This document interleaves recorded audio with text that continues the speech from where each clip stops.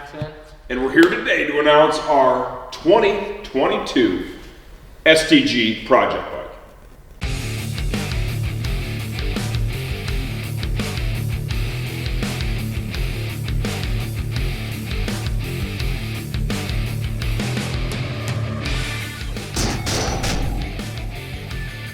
Well, it's been a hot minute since we've done one of these. Been slightly distracted with somebody's Moto America racing. Yep.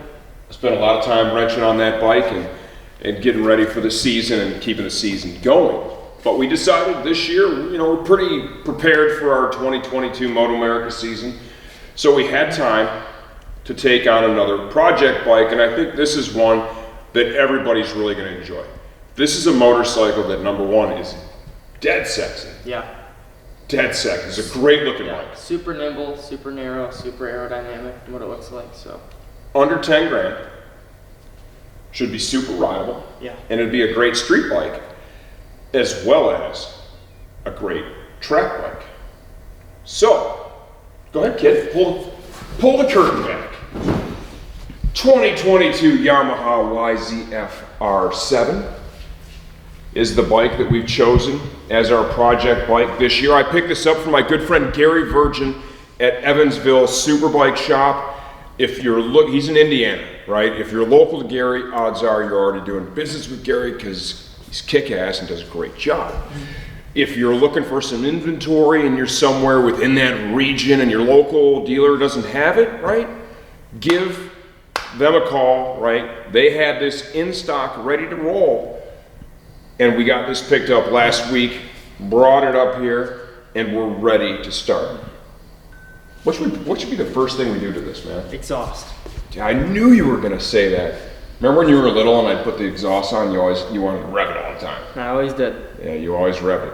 So we're gonna open up with an M4 exhaust install. I think that's gonna be one of the first one. Mm-hmm. Our good friends at Woodcraft, we're gonna do everything Woodcraft offers for this bike.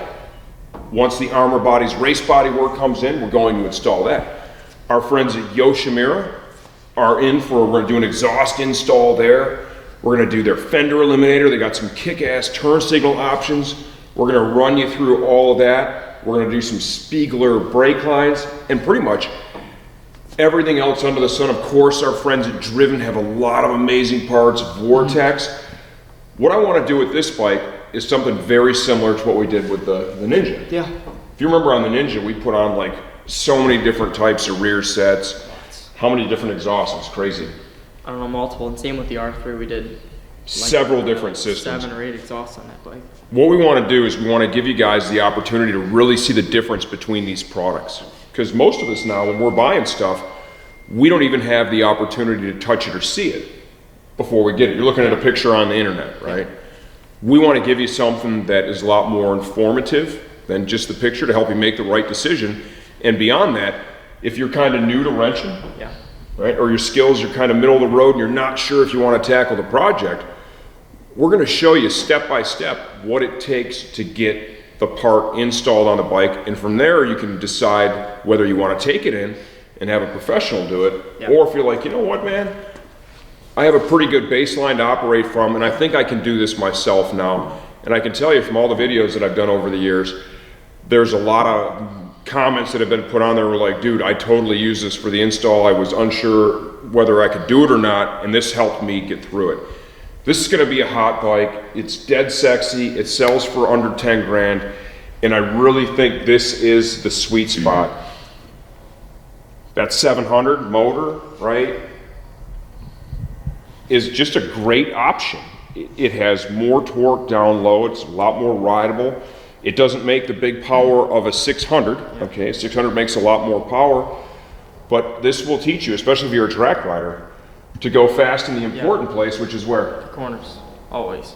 Not just burning up your tire on the exit to try and chase a pretty good lap time, right? Like on your Ninja or your R3, what do you have to do to go fast?